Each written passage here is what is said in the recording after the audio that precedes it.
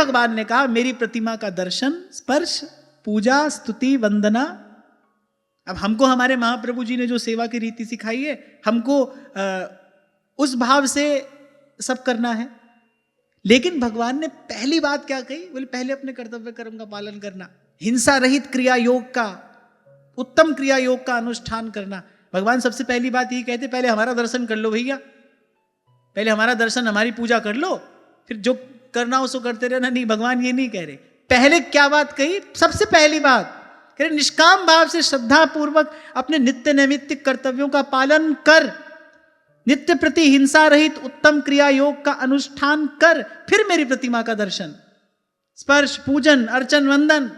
इसलिए जब भी कभी दीक्षा होती है तो मैं कहता हूं भाई भजन का समय आप चयन करना, चिंतन का समय आप चयन करो।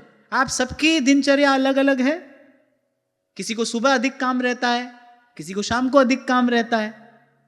हमको उस व्यवस्था से कोई छेड़छाड़ नहीं करनी, कोई आवश्यकता नहीं है।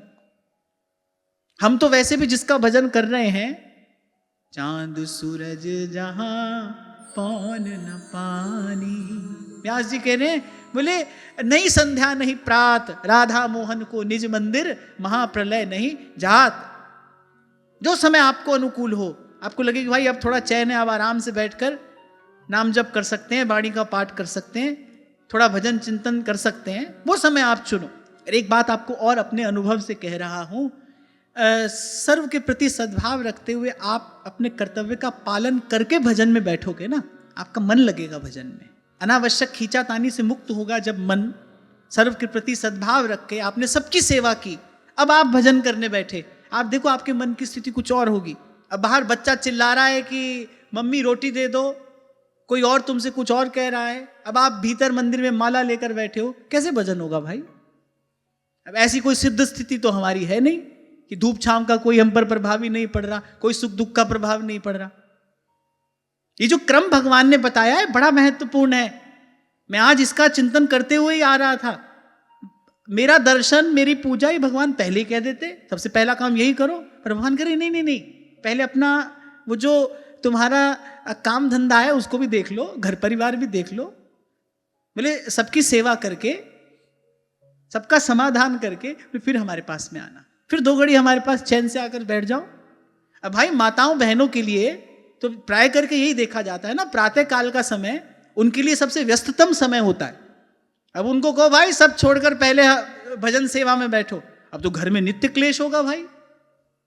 और ऐसा कौन सा भजन हम करने निकले कि जिस वातावरण में हम रह रहे हैं उसी वातावरण में हमने क्लेश का बीज बो दिया, वहीं खींचातानी आरंभ हो गई। अरे मैं तो कहता हूं संसार की गुत्थी पहले ही बहुत उलझी है, इसको और मत उलझाना, इसको उलझाने की आवश्यकता नहीं है। तो जितना झंझट कम हो उतना अच्छा। कबीर जी भी कहते हैं, कह रहे जैसे चोर को चोरी करने जाना है किसी घर में, उस घर में कुत्ता है, चोर सबसे पहले क्या करेगा? बोले भाई पहले इसका समाधान कर दो, ये भौंका तो काम बिगड़ेगा। तो पहले उसको टुकड़ा डाला, फिर अपना काम किया। ऐसे ही यहां कुछ झंझट हुआ तो बड़ी अशांति हो जाएगी, इसको करने की कोई आवश्यकता नहीं है। इसलिए भगवान ने यह क्रम बताया। कितना ध्यान भगवान हमारा रख रहे हैं। भाई जीव प्रपंच में पड़ा है, संसार व्यवहार में पड़ा हुआ जीव है, हम उसको अपने भजन का आदेश दे रहे हैं, तो भगवान ने बिल्कुल हमारे अनुकूल ये मार्ग बताया। भाई पहले अपना सब काम धंधा देख लेना, घर परिवार की संभाल कर लेना, फिर थोड़ा समय निकाल के हमारे पास में आना। अच्छा, हम लोग क्या करते हैं, कहने को दिन भर लगे हैं, हो कुछ भी नहीं रहा है। ये जो कई बार हम बात करते हैं ना, सब तज भजिए नंद कुमार, अरे जीवन भर के लिए सब तज नहीं हो सकता, 1-2 घंटे के लिए तो सब तज नंद कुमार का भजन कर लो। चलो जीवन भर तो हम अभी ये नहीं कर सकते, रोज आध घंटा 1 घंटा इतना समय तो निकाल लो भाई, इतनी देर के लिए सब छोड़कर। उस समय ना हम किसी के हैं ना कोई हमारा है, उस समय हम अपने ठाकुर जी के, हमारे ठाकुर जी हमारे हैं, इनका दर्शन करेंगे, भजन करेंगे, कुछ स्वाध्याय करेंगे, चिंतन करेंगे, इनकी सेवा करेंगे, उतनी देर के लिए नियम पूर्वक। न किसी को अपने पास आने दो, ना अपने मन को किसी के पास जाने दो। सब तज भजन करऊं दिन राती, चलो दिन राती नहीं, थोड़ी देर तो कर लो, ऐसा थोड़ी देर का ही नियम बनाओ, जो हमारी सामर्थ्य में हो सो ही हम करें, पर सही प्रकार से तो करें।